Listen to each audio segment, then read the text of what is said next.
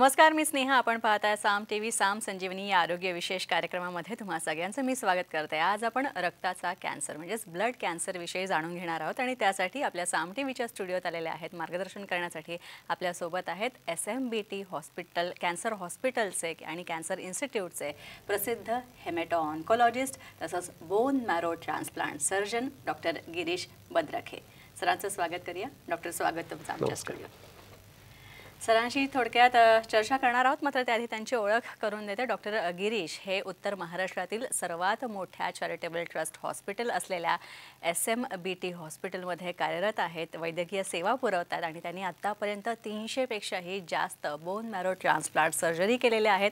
अतिशय यशस्वीरित्या या सर्जरी त्यांनी केलेल्या आहेत. तसंच रक्तविकार सगळ्या प्रकारचे, तसंच रक्ताचा कर्करोग यावर त्यांचा सखोल असा अभ्यास आहे. कार्टिसेल थेरपीवरील ते तज्ज्ञ आहेत, या थेरपीतले तज्ज्ञ आहेत ते. तसंच हेमॅटॉलॉजिकल आजारांशी संबंधित क्लिष्ट, गुंतागुंतीच्या आणि जटिल शस्त्रक्रिया आणि त्याच्यावरचे अत्याधुनिक उपचार यात त्यांचा हातखंडा आहे. तसंच सध्या ते SMBT हॉस्पिटलमध्ये पूर्ण वेळ कन्सल्टंट म्हणून, सल्लागार म्हणून कार्यरत आहेत. ग्रामीण भागात वेगवेगळ्या शिबिरांच्या माध्यमातून डॉक्टर गिरीश यांनी रुग्णसेवा दिलेली आहे. चला तर मग आता सुरुवात करूया आणि रक्ताच्या कर्करोगाविषयी आणि विविध विकारांविषयी तसंच SMBT हॉस्पिटलविषयी आपण सरांकडनं जाणून घेणार आहोत.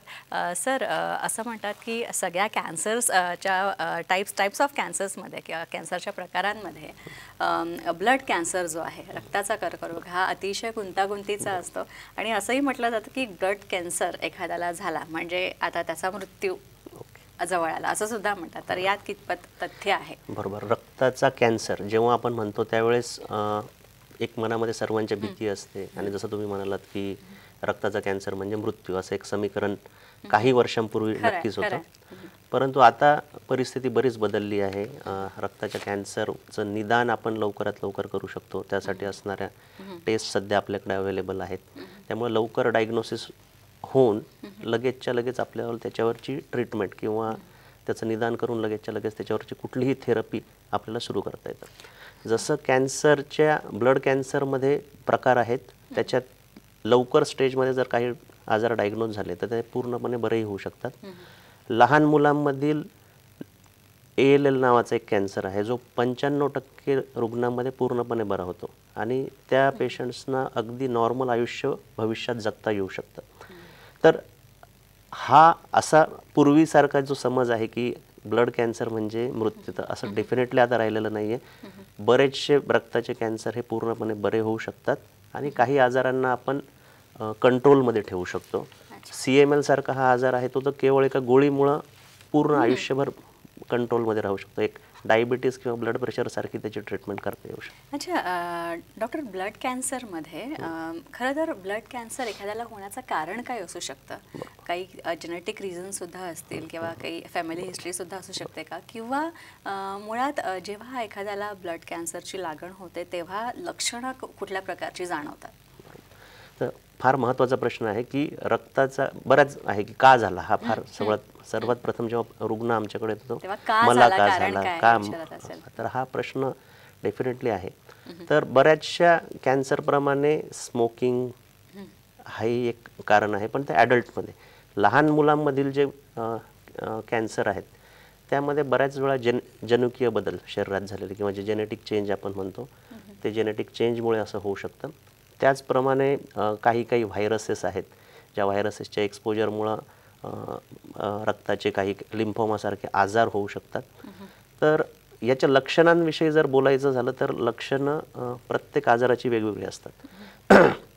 लिम्फोमासारखे जे आजार आहेत ज्याच्यामध्ये आपल्याला ताप येणं, वजन कमी होणं, भूक कमी लागणं, संध्याकाळी किंवा रात्रीच्या वेळेस खूप जास्त फीवर येऊन घाम येणं, ही लक्षणं आहेत. त्याचप्रमाणे गळ्यामध्ये गाठी, काखेमध्ये गाठी, तर यासारख्या लक्षणामुळे अतिशय थकवा जाणवणं किंवा फीवर आहे जो कुठल्याही औषधांना सहज रिस्पॉन्स होत नाही किंवा रेग्युलर दिल्या गेलेल्या अँटीबायोटिक्सना रिस्पॉन्ड होत नाही, अशा प्रकारचा जर फीवर असेल तर निश्चितच अशा रुग्णांनी डॉक्टरांचा सल्ला घ्यायला हवा.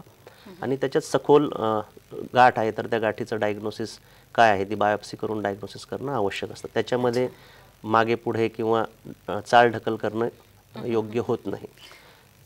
तसेच ॲक्यूट ल्युकेमिया नावाचे जे आजार आहेत त्याच्यामध्ये ब्लिडिंग म्हणजे गम्समधनं होणारं ब्लिडिंग आहे, कधी लघवीमध्ये रक्त जाणं, थकवा येणं, तर या प्रकारच्या समस्या आढळू शकतात. अशा काही समस्या असतील तर त्या रुग्णांनी नक्कीच डॉक्टरांचा सल्ला घ्यायला हवा. अच्छा, विशेषतः ब्लड कॅन्सरच्या बाबतीत याचेही काही प्रकार आहेत?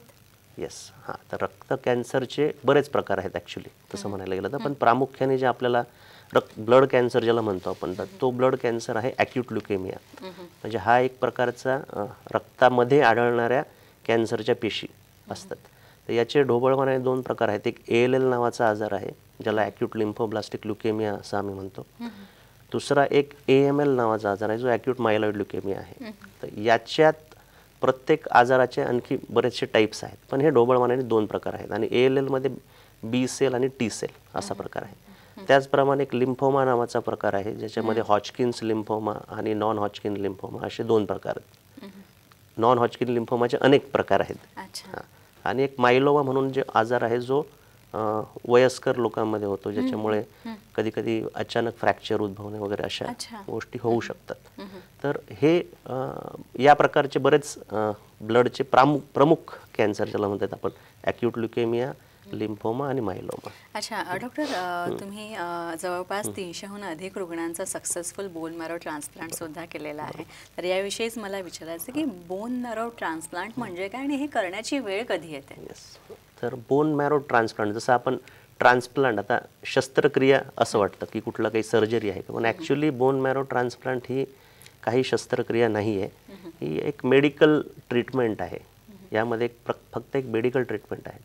तर याच्यामध्ये काय केलं जातं की बेसिकली आपण रुग्णाच्या ज्या आधीच्या डिफेक्टिव्ह पेशी आहेत किंवा ज्या स्टेम सेल आहेत त्या स्टेम सेल्सना हायडोस किमोथेरपी देऊन नष्ट करतो आणि त्याला नॉर्मल स्टेम सेल किंवा रुग्णाच्याच कलेक्ट केलेल्या स्टेम सेल्स देऊन आपण त्या रुग्णामध्ये इन्फ्यूज केल्या जातात. तर आता यामध्ये 2 प्रकारचे ट्रान्सप्लांट असतात. एक ऑटोलॉगस बोन मॅरो ट्रान्सप्लांट आहे आणि एक ॲलोजेनिक बोन मॅरो ट्रान्सप्लांट आहे. ऑटोलॉगस बोन मॅरो ट्रान्सप्लांटमध्ये आपण रुग्णाच्याच पेशी घेऊन त्या आधी प्रिझर्व केल्या जातात, ज्याला आम्ही क्रायो प्रिझर्वेशन असं म्हणतो, जे -80 डिग्री सेल्सिअसला त्या स्टोअर करून ठेवल्या जातात. त्यानंतर पेशंटला हायडोस किमोथेरपी दिली जाते, ज्याने त्या स्टेम सेल समूळ नष्ट होऊन मग या नवीन पेशी आपण पेशंटला दिल्या जातात. या पेशी शरीरात गेल्यानंतर नॉर्मल पेशींची वाढ होते आणि मग त्यानंतर आपण पेशंटला एकदा नॉर्मल पेशी दिसायला लागल्या की आपण डिस्चार्ज करतो. ॲलोजेनिक बोन मॅरो ट्रान्सप्लांटमध्ये एक डोनरची आवश्यकता आहे. तर डोनर कोण असू शकतो, तर एकतर पेशंटचा भाऊ किंवा बहीण, जे फॅमिलीमधला कुणीतरी मेंबर असलेला चांगला. जर तो नसेल तर आपण पेशंटचे पेरेंट्स आहेत त्यांच्याकडे पण ते हाफ मॅच असतात. तर बऱ्याच वेळा हाफ मॅच ट्रान्सप्लांट आजकाल खूप वाढत आहेत, कारण की फॅमिली साईज आपली कमी असते, त्यामुळं भावंड कमी असल्यामुळं बऱ्याच वेळा आपल्याला मॅच डोनर मिळणं फॅमिलीमध्ये कठीण होतं. तसंच डोनर रजिस्ट्रीज आहेत, याच्यासाठी आम्ही HLA रजिस्ट्रीज म्हणतो किंवा डोनर रजिस्ट्रीज म्हणतो, ज्याच्यामध्ये आम्हाला बरेचसे डोनर रजिस्टर्ड आहेत जे व्हॉलंटरीली या रुग्णांसाठी डोनेट करतात. अच्छा अच्छा अच्छा अच्छा आणखी एक सर असं की सगळ्याच कर्करोगग्रस्तांना बोन मॅरो ट्रान्सप्लांटची वेळ येते, म्हणजे हा निर्णय कसा घेतला? हा निर्णय हा महत्त्वाचा प्रश्न आहे की जरुरी नाही आहे की प्रत्येक कॅन्सरच्या किंवा ब्लड कॅन्सरच्या रुग्णाला ट्रान्सप्लांट लागेलच. बरेचसे, जसं मी आधी सांगितलं की जे पण लिम्फोमासारखे आजार आहेत किंवा इतर ॲक्यूट ल्युकेमियाज आहेत, जे फक्त किमोथेरपी किंवा काही रेडिएशन थेरपीने देखील पूर्णपणे बरे होऊ शकतात आणि त्या रुग्णाला मग नंतर आयुष्यभर कुठलीही ट्रीटमेंट लागत नाही. तो फक्त केवळ फॉलोअप असला तरी पुरेसं असतं. परंतु काही ॲक्यूट ल्युकेमियाज आहेत, जसं AML नावाचा आजार आहे, ज्याच्यामधले इंटरमिडिएट रिस्क आणि हाय रिस्क या कॅटेगरीतल्या पेशंटला मात्र एकदा त्यांनी किमोथेरपी पहिली फेज घेतली आणि ते एकदा कंप्लीट रिस्पॉन्स त्यांचा झाला, त्यानंतर मात्र त्यांना आम्ही ट्रान्सप्लांट ॲडव्हाइस करतो. तसंच रिलॅप्स झालेले ALLचे पेशंट आहेत किंवा हाय रिस्क ALLचे पेशंट आहेत, त्यांना आम्ही बोन मॅरो ट्रान्सप्लांट ॲडव्हाइस करतो. मायलोमाच्या मात्र प्रत्येक रुग्णांना आम्ही ऑटोलॉगस बोन मॅरो ट्रान्सप्लांट करण्यास म्हणजे प्रोत्साहित करतो, कारण की जनरली तो आजार जो आहे तो क्रोनिक आजार आहे, वारंवार रिलॅप्स होतो. तर एक डिसीज फ्री सर्वायवल त्या आजारामध्ये देणं खूप आवश्यक असतं, त्यामुळं आम्ही त्या रुग्णांना बोन मॅरो ट्रान्सप्लांट सजेस्ट करतो. आणि लिम्फोमामध्ये जे रिलॅप्स झालेले लिम्फोमा आहेत त्या रुग्णांना आम्ही बोन मॅरो ट्रान्सप्लांट, स्पेशली या मायलोमा आणि लिम्फोमामध्ये ऑटोलॉगस जास्त प्रचलित आहे. अच्छा अच्छा, तर आपण आणखी डॉक्टरांकडून माहिती घेणार आहोत, मात्र त्याआधी एक छोटासा ब्रेक.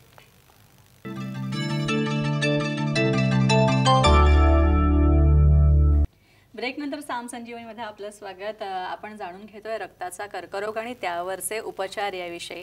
डॉक्टर, असं म्हटलं जातं की कर्करोगाची एकूणच ट्रीटमेंट खूप महाग असते आणि त्यातही रक्ताचा कर्करोग म्हटल्यावर त्यात होणारे कॉम्प्लिकेशन्स, रुग्णाचं लाईफ वाढण्यासाठी जे काही सपोर्ट सिस्टम दिली जाते, ते जे काही उपचार दिले जातात ते खूप खर्चिक असतात. तर यात कितपत तथ्य आहे? तर आता बरेचसे, जसं तुम्ही म्हणताय की ब्लडचा कॅन्सर आणि त्याची ट्रीटमेंट, तर बरेचसे जे कॅन्सर्स आहेत ज्याची ट्रीटमेंट अत्यंत कमी खर्चाची, जसं CML आहेत, लिम्फोमाज आहेत, मायलोमाज आहेत, यांच्यासाठी येणारा खर्च हा कमी आहे. आणि बऱ्याचशा या ट्रीटमेंट पद्धती या सध्या शासनाच्या आरोग्य च्या ज्या स्कीम्स आहेत वेगवेगळ्या, त्या स्कीम्समध्ये उपलब्ध आहेत. म्हणजे त्याचा रुग्ण लाभ घेत आहेत ऑलरेडी. दुसरं आहे ॲक्यूट ल्युकेमिया वगैरेचे ज्या पेशंट्स आहेत त्यांच्याकरता सुद्धा आता शासनाने काही स्कीम्स आणलेल्या आहेत, जसं महात्मा ज्योतिबा फुले योजना आहे किंवा सेंट्रल गव्हर्नमेंटच्या काही योजना आहेत. त्याचबरोबर आम्ही SMBTमध्ये काही NGOशी संलग्न आहोत किंवा काही कॉर्पोरेट्स बरोबर संलग्न आहोत, जे आम्हाला या रुग्णांची ट्रीटमेंट करण्यासाठी काही हेल्प करतात किंवा या पेशंटना डायरेक्टली हेल्प करतात. त्यामुळं ही ट्रीटमेंट करणं थोडं कमी खर्चाचं आणि सहज शक्य होतं रुग्णांना. इवन काही बोन मॅरो ट्रान्सप्लांटसाठी देखील काही निधी उपलब्ध आहेत, ज्या निधीमधून आपण बऱ्याचशा पेशंटची मदत करू शकतो आणि त्यामुळं पेशंटला लागणारा खर्च किंवा त्याच्यावर येणारा आर्थिक भार जो आहे रुग्णांवर किंवा त्यांच्या फॅमिलीजवर, तो बऱ्यापैकी कमी होतो. डॉक्टर, सिकल सेल आणि थॅलेसिमिया हे एक रक्ताशी संबंधित आजार आहेत, तर त्याविषयी जरा सांगा. तर आपण आतापर्यंत कॅन्सरविषयी बोललो, पण सिकल सेल, ॲनिमिया आणि थॅलेसिमिया हे दोन्हीही परत जसं जेनेटिक किंवा अनुवंशिक आजार आहेत. म्हणजे हे आई वडिलांकडनं पुढच्या जनरेशनमध्ये पास होतात. तर याच्यामध्ये बेसिकली जो हिमोग्लोबिनसाठीचे असणारे जे जीन्स आहेत ते जर डिफेक्टिव्ह असतील तर ते आईकडून आणि वडिलांकडून मुलांमध्ये होतात. आणि जर दोन्ही जीन डिफेक्टिव्ह असेल तर अशा मुलांना आजार होऊ शकतो. म्हणजे थॅलेसिमियाचे आम्ही जनरली 3 भाग करतो. म्हणजे ते वाहक असू शकतात किंवा ते आजार असू शकतात, म्हणजे त्यांना थॅलेसिमिया मेजर म्हणतो.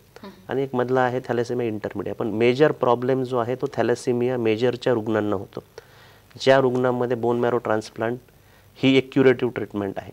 परंतु त्यांना जर ट्रीटमेंट आयुष्यभर रेग्युलर बेसिसवर, अगदी 6 महिन्याच्या वयापासून रेग्युलर बेसिसवर ब्लड घेत राहावं लागतं आणि सतत ब्लड घेतल्यामुळं त्यांच्या शरीरामध्ये आयर्न ओव्हरलोड होतो. आयर्न ओव्हरलोड झाल्यामुळं तो आयर्न हृदयामध्ये डिपॉझिट, पँक्रियाज किंवा इतर काही एंडोक्राईन ऑर्गन्स आहेत त्यामुळे डिपॉझिट होऊ शकतात. आणि त्या डिपॉझिशनमुळे बऱ्याच वेळा रुग्णांना किलेशन थेरपी ही रेग्युलर बेसिसवर घ्यावी लागते. तर या सर्व गोष्टींचं जे आर्थिक बर्डन आहे ते त्या फॅमिलीजवर असतं. तर या रुग्णांसाठी स्पेशल काही स्कीम्स आहेत आणि आम्ही या रुग्णांसाठी SMBTमध्ये अत्यंत अल्प दरामध्ये बोन मॅरो ट्रान्सप्लांट करण्याचा आमचा प्रयत्न आहे. अच्छा डॉक्टर, इंडियन मेडिकल सायन्स फील्डमध्ये कार्टिसेल थेरपी यावर खूप संशोधन केलं जातं आणि जी थेरपी, ही कार्टिसेल थेरपी फॉरेनमध्ये खूप महागड्या पद्धतीने मिळते. तर भारतात कोणत्या प्रकारचं संशोधन चालू आहे यावर आणि त्याचा फायदा आपण या रुग्णांसाठी कसा काय देऊ शकतो? फार महत्त्वाचा प्रश्न आहे. आता CAR-T सेल थेरपी, प्रथम आपण CAR-T सेल थेरपी म्हणजे काय हे जाणून घेऊ. आता CAR म्हणजे CAR, कायमेरिक अँटीजन रिसेप्टर. तर हे असे रिसेप्टर आहेत ज्या रिसेप्टर ज्या कॅन्सरच्या पेशींना आयडेंटिफाय करतात आणि त्या पेशींना मारण्यासाठी T सेलची मदत घेऊन त्यांना रिमूव्ह करतात, म्हणजे त्यांना नष्ट करतात. तर ही CAR-T सेल थेरपी जी परदेशात अवेलेबल आहे, जी प्रचलित होते आहे, भारतामध्येही त्याच्यावर प्रचंड रिसर्च सुरू आहेत, काही ट्रायल्स पण चालू आहेत. तर ही पद्धती जी आहे परदेशात 4 ते 5 कोटी या प्रकारचं खर्च त्याला येतो.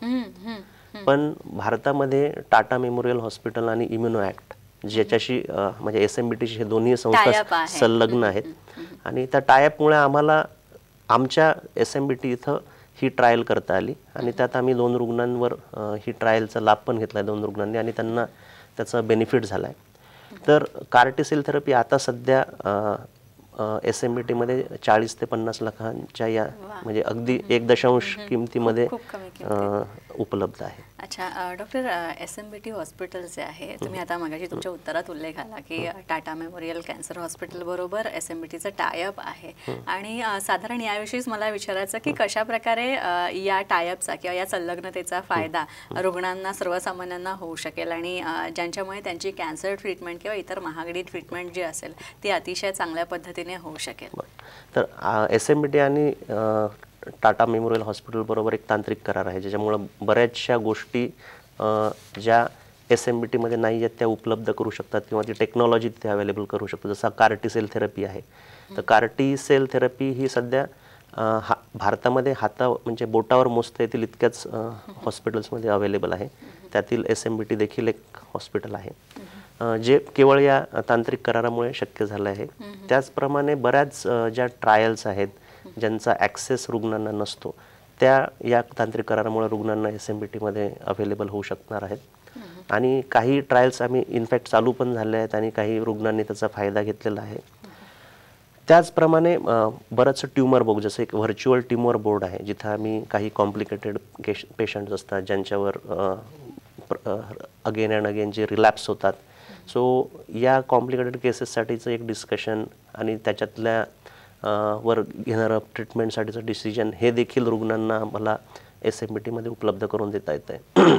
त्याचबरोबर नर्सेसचं ट्रेनिंग आहेत किंवा काही स्पेशल टेक्निक्स आहेत किंवा काही SOPs आहेत, काही प्रोटोकॉल्स आहेत ज्या सेट करण्यासाठी पण SMBT आणि TMH बरोबरचा हा करार फार फायदेशीर ठरतो आहे. नक्कीच डॉक्टर, आणखी एक महत्त्वाचं, उत्तर महाराष्ट्रातलं सगळ्यात मोठं हॉस्पिटल, नाशिकमधलं सगळ्यात मोठं हॉस्पिटल म्हणून SMBT हॉस्पिटल खूप प्रसिद्ध आहे. पण मला एक सांगा की ह्या हॉस्पिटलचा हे फक्त रुग्णांवर उपचार करत नाही तर चॅरिटेबल ट्रस्ट सुद्धा आहे, रुग्णांना आर्थिक मदतसुद्धा आणि एक आधारसुद्धा देण्याचा प्रयत्न हे हॉस्पिटल करतं, त्याविषयी काय सांगा? बरोबर. तर आता या हॉस्पिटलच्या थ्रू सध्या हॉस्पिटलमध्ये 25हून अधिक स्पेशालिटी आणि सुपर स्पेशालिटी डिपार्टमेंट्स आणि जवळजवळ 370हून अधिक कन्सल्टंट्स किंवा तज्ज्ञ डॉक्टर्स उपलब्ध आहेत. आणि त्यामुळे एकाच छताखाली अगदी रेग्युलर ट्रीटमेंटपासनं तर अगदी बोन मॅरो ट्रान्सप्लांटपर्यंत, किडनी ट्रान्सप्लांट, इव्हन आता लिव्हर ट्रान्सप्लांट आणि नजीकच्या काळात एक रोबोटिक शस्त्रक्रियेसाठीही काही सेवा उपलब्ध होणार आहेत. तसंच बऱ्याचशा टायअप्स ज्या NGOज बरोबर आहेत किंवा शासकीय योजना ज्या आहेत त्या योजनामुळे रुग्णांना बऱ्याचशा ट्रीटमेंट ह्या फ्री ऑफ कॉस्ट मिळत आहेत. त्याचबरोबर काही नवीन ज्या उपचार पद्धती आहेत किंवा अद्ययावत काही नवीन उपचार पद्धती आहेत त्याही अल्प दरामध्ये रुग्णांसाठी उपलब्ध आहेत. त्यामुळं SMBT आणखी एक महत्त्वाची गोष्ट म्हणजे समृद्धी महामार्गाचं नाव सगळ्यांनी ऐकलं, त्यामुळं फार छान कनेक्ट झालं, अंतर कमी झालं आहे. आणि त्यामुळे मराठवाडा, विदर्भ अगदी दूरनं पेशंट काही तासांमध्ये SMBTला पोहोचत आहेत. आणि हायवेवर होणारं जे ट्रॉमा सेंटर आहे म्हणजे हे ट्रॉमा सेंटर म्हणून देखील ते नाव रूपास येतं आहे. नक्कीच. तर आपण पाहिलं की रक्ताचा कर्करोग आणि त्यावरचे आधुनिक उपचार, तसंच नाशिकचं प्रसिद्ध मोठं असं अत्याधुनिक सोयीसुविधांनी युक्त SMBT हॉस्पिटल हे अनेक उपचारांसाठी तुम्हाला अतिशय फायदेशीर सिद्ध होईल. आणि तुम्हाला जर या हॉस्पिटलमध्ये जायचं असेल किंवा तुम्हाला डॉक्टर गिरीश यांना भेटायचं असेल, त्यांच्याकडनं उपचार पद्धती घ्यायची असेल तर स्क्रीनवर जे नंबर दिलेले आहे ते तुम्ही तुमच्या डायरीत नोंद करून घ्या आणि यावर संपर्क साधून तुम्ही सरांना भेटू शकता, त्यांचं मार्गदर्शन घेऊ शकता. डॉक्टर, तुम्ही इथे आलात त्यासाठी खूप खूप आभार तुमचे. धन्यवाद. यानंतर आपण इथेच थांबतोय. पुन्हा भेटूया नवीन विषयांसह आणि नवीन तज्ज्ञांसह. तोपर्यंत नमस्कार. पाहत राहा साम TV.